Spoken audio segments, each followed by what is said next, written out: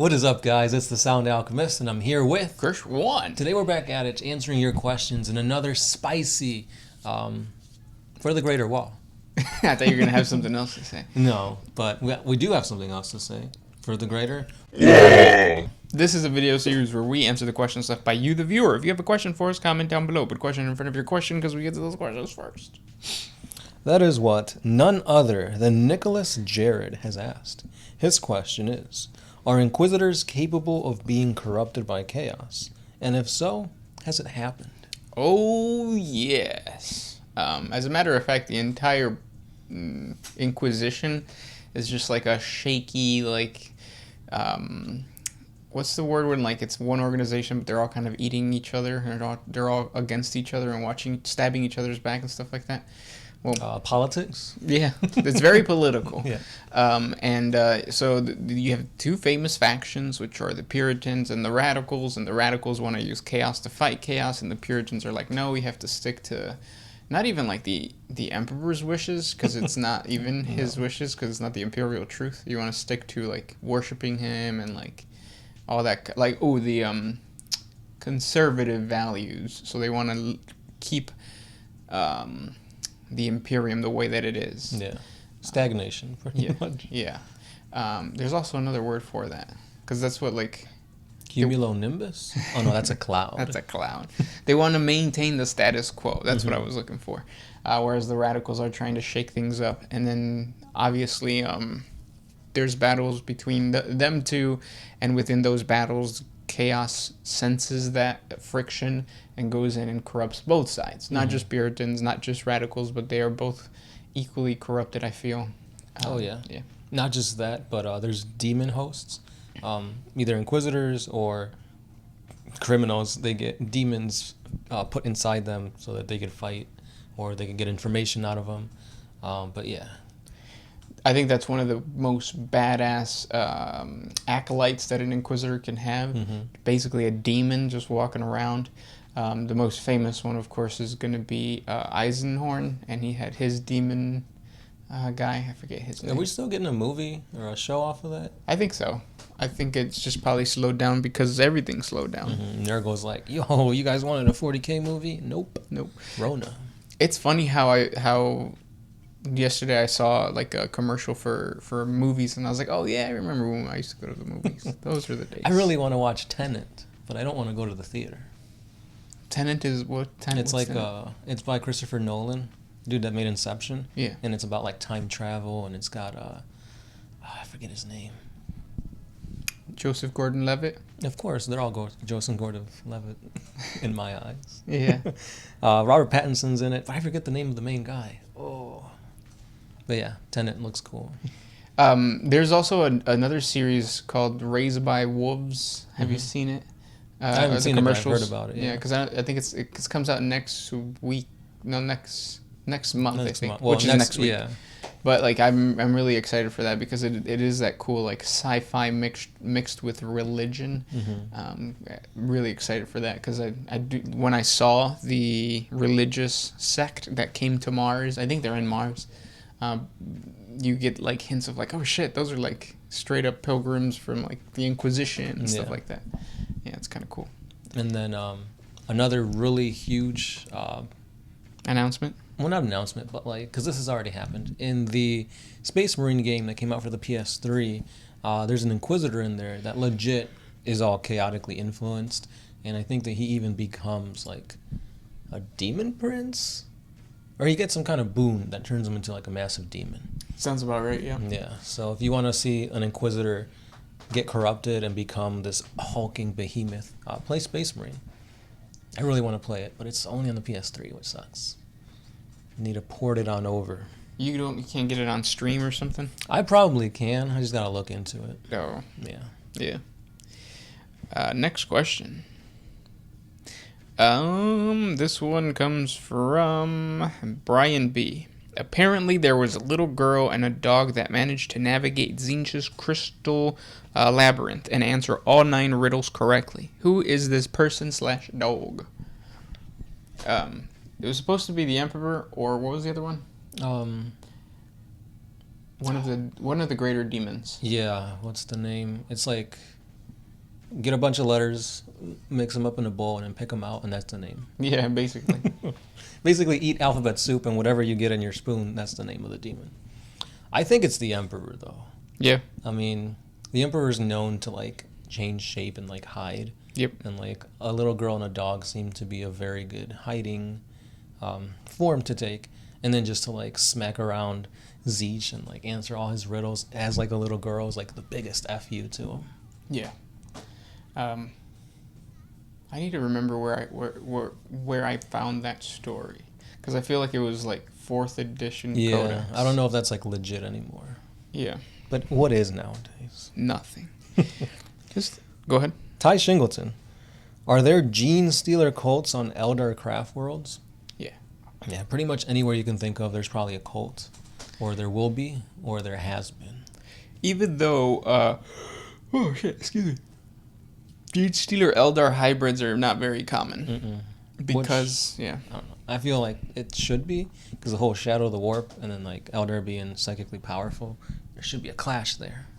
Yeah, but I think it's the whole thing with Eldar have a really long lifespan and just what's it called when like you're pregnant? Gestation period. Yeah, they have that. They have that really long period. So, having a bunch of newborns coming out is like raises red flags. Like, wait a second, why do they all look kind of weird? Yeah, it's like, why are you guys a little bit purple today? Yeah, you've been riding the wrong dinosaurs. Whereas in the Imperium, like if there's purple people, it's just like, oh yeah, they're from the Underhive. That's just Bob. That's what he does. He goes down there, comes back with children. Yeah. Nobody really knows and nobody really asks. Nobody really cares. Really. No, it's Bob. Bob is one of those names that's kind of gone away. Robert, yeah. Robbie, Bobby. There's a lot of nicknames for Roberts. Bobby is a nickname for Robert? Yeah, because Robert, somehow you get Bob, and then you get Bobby. Oh, yeah. Okay, yeah. Or maybe, I don't know. Because I've known people whose names legit are Bobby. Yeah, same thing as Tommy. Like it's not Thomas, it's just Tommy. This question comes from Brandon Barnett. Oh, another Brandon B. Gersh Juan. In a previous video, you said you tried reading the Horus Heresy and it was not fun. Can you explain why the 40K main period is more fun than the Heresy? And Sound Alchemist, do you feel the same way? I just started getting into the 40K books, and the Heresy seems like a good starting point. Currently on book 12, and I'm loving it. I think it depends on when you or how you get into the hobby. We got into, so this is for me, I guess I should say. So like I got into the hobby, and it was all about the tabletop. It was all about collecting the miniatures and learning about the lore behind each one of the minis, so that you can create or branch off and create your own like little lore and stuff like that. So I love the fact that the Codex, which is where I started reading 40K, was very like the Emperor fought Horus. Here's a quick like 1-paragraph story about it. You can fill in the blanks, and I love that. Whereas in the Horus Heresy novels, they give you detail upon detail of shit that I don't really care about. It's like the Emperor stepped out with his right foot 2 inches behind his left as the gleaming sunlight bounced off against his majestic hair. Yeah, and I like the fact that in the Codex, you almost get like a second-hand account and you feel like this could be wrong. And I think that's one of the cool things about 40K, where everything is so ambiguous. It's like, well, this is a reporting from an Inquisitor, but like we were talking in the main question, like Inquisitors could be corrupted. So what's the real like gimmick behind that kind of stuff? Yeah. So I think so it's not the fact that I don't think that the Horus Heresy is a bad point to start. I think that's an excellent point to start, because most of the Space Marine codexes or codices have started there.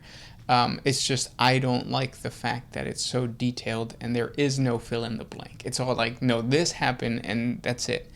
And that has never been 40K for me. 40K has always been like, this might have happened, and it seems like this happened, but what do you think? And I think I like that ambiguity of just like history. And yeah, how do you feel about that? Well, again, I think it's a good place to start if you have no idea about 40K. It's like, that's the history, that's the backstory, that's how the chapters and the Primarchs are where they're at now. So that makes sense. But again, yeah, if you're into like novels as opposed to like bullet points and like the main facts, then yeah, they're two different sides of the coin, I guess. And I also find it very difficult to play a named character. Like, it just doesn't seem fun to me. Like, and again, that's going back to the whole fact that like we got into the hobby by playing the game and collecting the miniatures, whereas like I think it's cool that you can play as like Gilliman, but I would much rather create my own Primarch. Oh yeah, definitely. Than play Gilliman, yeah. And it's funny too, because it's like, oh, I've read everything that Gilliman has done. He's fought against his brother Primarch, the demons, and it's like, oh, he got beat by a Gretchen. Yeah, and then it does become a situation of like when you're fighting in that battle, you say like, no, this couldn't have happened. Like, I've read books where he kills like demon princes and a Gretchen just killed him in my tabletop. It just doesn't feel like it's real. Yeah. And because it's a named character, it takes that element out of it. So that's what the Horus Heresy is doing too. Like, the Horus Heresy is giving you a background to this character, and it doesn't reflect how he plays on the tabletop. And it's annoying. Yeah, for the longest time, I hated Perturabo. Like, just the way he was depicted and how everybody picked on him. I was like, yeah, I don't like this dude. But that's all I play when it comes to Chaos. I play Iron Warriors. Like, Perturabo was pretty badass. Yeah. Lore-wise, well, rule-wise, but the lore, for me, I didn't get it. So it's kind of like a flip-flop of sorts. Yeah. But yeah. This next question is by one of my favorite usernames, Big Lift. What are you lifting that's big? I would assume weights, but I think anything else would be better. Which legion do you wish was still loyal, and who would you want to swap them with? Mine are the Thousand Sons and the Dark Angels. Yeah, I could see that. Because I feel like the Loyalists are missing that psychic punch that they need, and the Thousand Sons kind of already got put into the wrong side. Like, Magnus was breaking the rules for a good reason, and he got punished for it. And the Dark Angels already are like kind of wishy-washy with like, what is it, the Unforgiven, and is Cypher a good guy, is he a bad guy, and all this stuff. So yeah, I can see those two being probably the most likely to swap if that ever does happen. But I think what would make things really interesting is to see a swap between the Space Wolves and the World Eaters, because they're both brutal, very close combat-esque armies, and to see them swap would be interesting, because I want to see a freaking bloody wolf demon Primarch. That'd be awesome. Yeah. I do like the concept of the Thousand Sons being loyalists, just because then you get a Space Marine loyalist organization that's like all about learning. So like they are seeking out knowledge. Knowledge, yeah.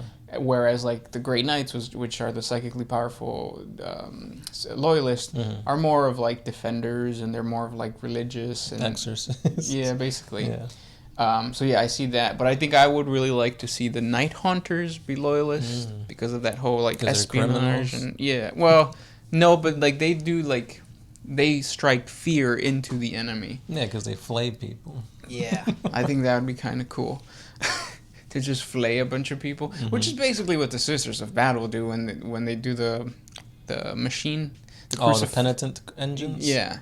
You're basically crucifying an individual and having him fight as a robot. I mean, what's worse, though? Getting flayed or being crucified and fighting as a robot? Definitely the getting crucified backwards. Yeah, and then being a robot. And then I think to switch over to the bad guys, I want to see the Salamanders. Yeah, that'd be a very interesting, like I don't know why, I just want a new Demon Prince model. And it's like having a big salamander Demon Prince would be cool. Or like a giant Vulcan, because he's already big. Right. So like if he had like horns and he had like the scale skin, so like he still has like that onyx color, but underneath it's like cracked lava and stuff like that. I think that would look cool. That would look cool. And then just like the Promethean cult, so you have a whole cultist organization that can branch off of that. So that's kind of cool. Yeah. Praising the Emperor even though they're not supposed to. Yeah. It's what they're supposed to do. We just keep it quiet. Next question.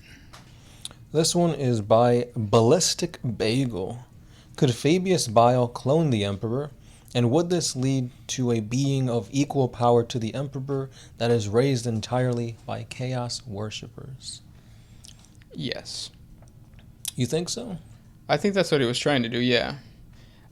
Will it happen? Probably not, just because it's the Emperor and like the thousand psychers have to be sacrificed. The shamans, not just psychers. It's got to be shamans. Right. Mm-hmm. Yeah. Well, I wonder what's the difference between a shaman and a psyker. Yeah. Because like the book describes them as like shaman at first, but then it says psychers. Yeah, most powerful human psychers. Mm-hmm. Yeah. So yeah, what do you think? It would be cool to see like this corrupted chaos version of the Emperor, but I feel like there's already too many like opposites. Like you have Abaddon going against Gilliman. You've got the opposites from like the Chaos Legionnaires and the Loyalists, and I think having a Chaos Emperor and a normal Emperor is just a little too much. It's like we get it, the whole yin and the yang, good guys versus bad guys. I want something that's more in the middle, more like gray, kind of like Cypher, but not quite. Yes. But maybe we want 50 of them. So there's 50 shades of gray that we get. That would be nice, because whips and chains excite us. Exactly. And when I say us, I do mean speaking for both of us, because we both have our same ups and downs. And downs and ups. Yep. You got to bring that all the way around. Like the yin and the yang. Like the yin yang twins. Yep. What happened to them? What happened to Little John? I haven't heard from Little John in forever. And Pitbull, for that matter. Yeah, that's true. Well, Pitbull's Mr. Worldwide, so he's probably on a different side of the world. But why aren't we hearing about it? Because of COVID. COVID's why. It only works. It only works when he can travel freely. Yeah. When he's quarantined, he's Mr. Hometown. Nobody wants that. He's in Miami, which I heard they're doing pretty bad. Yeah. Sucks for Florida. But hey, it's Florida. Yeah. They had zombies way before. It was cool. Yeah. I thought that was California. I thought it was Florida. The guy eating the guy? The bath salts? Yeah. Yeah, I thought that was Florida. Yeah. Wow, okay. I remember hearing that, and I was just like, whoa. Like, is it starting? You know, I thought the killer bees were going to be a lot more dangerous than like the giant wasps or whatever? Yeah. But it ended up just being like, oh, no, the bumblebees can just, like, huddle right next to them and heat them up and they die. That's really badass. It's just like, okay, cool. Get them, bumblebees. Yeah. This next question comes from Thomas Wilson. Mr. Wilson. Will you guys challenge Kurioth and Wolflord Wolflord Row to a tabletop match? We're in a pandemic, man. So yeah, hell yeah. We'll sneeze on each other. That's the real battle. Who cares about tabletop? It's about battle of the immune system. Yeah, we just sit across like a room and sneeze. I would win. I think my saliva travels fast because I have a lot of saliva in my mouth. So having a lot equates to speed. That's true. I guess no, but well, yeah, because mass, right? Because if you go achoo and there's not enough particles, the particles can't travel fast enough because it's just the germ. Unless you open up like a warp rift in there, and it's So watch out, Kurioth and Wolflord Row. You know what? Like, there's so many new people to the hobby that and most of them don't show their face, so it's difficult to like remember like who's who.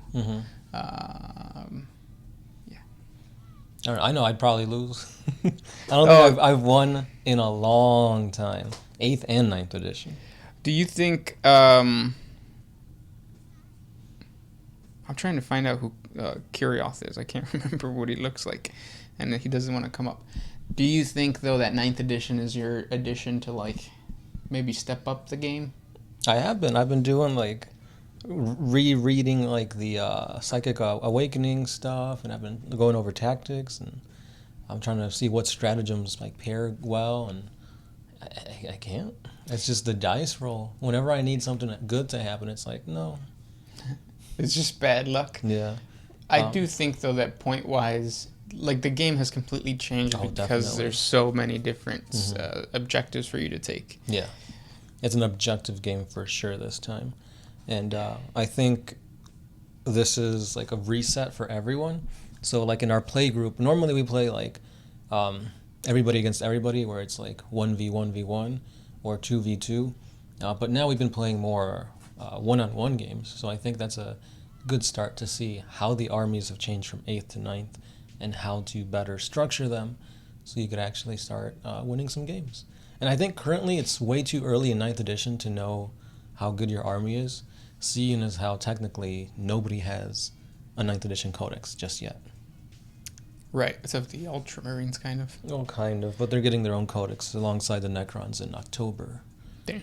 So we're going to have to wait a while until we all get codices, and then we get to see exactly where the points fall, what got nerfed, what got buffed, and then we'll go from there. Yeah. But that's a long time. And by the time everybody gets a codex, there's probably going to be another, like, Psychic Awakening 2 or something like that. And now we got to relearn things all over again. Yep. I got Kyriot's page pulled up. Oh man, he's English. Oh, so they're across the seas. Probably. Yeah. I mean, how many American 40K content creators are there? Like, not a lot. Off the top of my head, like I only know that, and then Miniac doesn't even. Like, it's not technically just 40K. It's just like painting, and he's all about that. But I think he's the only person that I know that is from the U.S. Because I know Mini War Gaming, Tabletop Tactics, they're all Canada or like the UK. Yeah. Yeah, I don't know any. But yeah. Oh, what about those one guys with they do the. Oh, the 40K in 40 minutes? Guys? No, not those, but those are Canadian, I think. Yeah, I think so too. But there's another one. There's like two guys, and they do the little thing. I think we talked about them last week. Dungeon Dudes. This is not Dungeon Dudes. Oh, Ants Canada. Ah, there you go. Ants Wow, Canada. but they're Filipino. I would go there just to get some ants.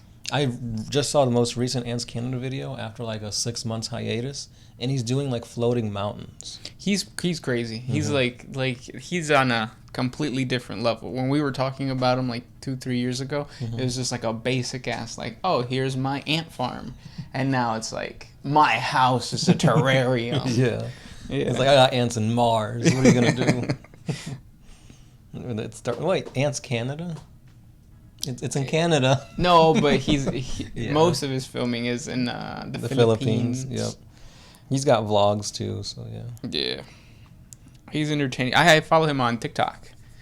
And the thing that sucks about following him on TikTok is it's always like for part 2. And it's like, I'm never going to watch part 2. Why don't you just show one thing? Next question, and this will probably be the last question. Who's the most incompetent commissar in the Imperium's history? Yarick? I think that's the only one I know off the top of my head. But he's not incompetent at all. He's really good. Yeah, but I mean, he's struggling against orcs. And it's like, orcs are pretty simple-minded. I'm offended. I am highly offended. Hey, I've lost every match against orcs, so I think Commissar Yarick is pretty on point. Yeah. But I don't know. I don't know. There's probably countless commissars that have accidentally pushed the self-destruct button or got their own units and platoons completely obliterated by stupid mistakes, but we don't hear about them because they're dead. Maybe it's that one commissar that has his sword. He's trying to hit it with a tank or whatever. He's riding a tank and he's like, "Bring me closer! I want to hit it with my sword." Yeah. Probably that guy. Yeah. And those were the questions for today. If you guys have more questions for us, please comment down below. Thank you guys so much for listening to us ramble about nonsense. Yeah. If you got some more questions that allow us to ramble about nonsense, question away. This is the Sound Alchemist. Gershwan. And we are out.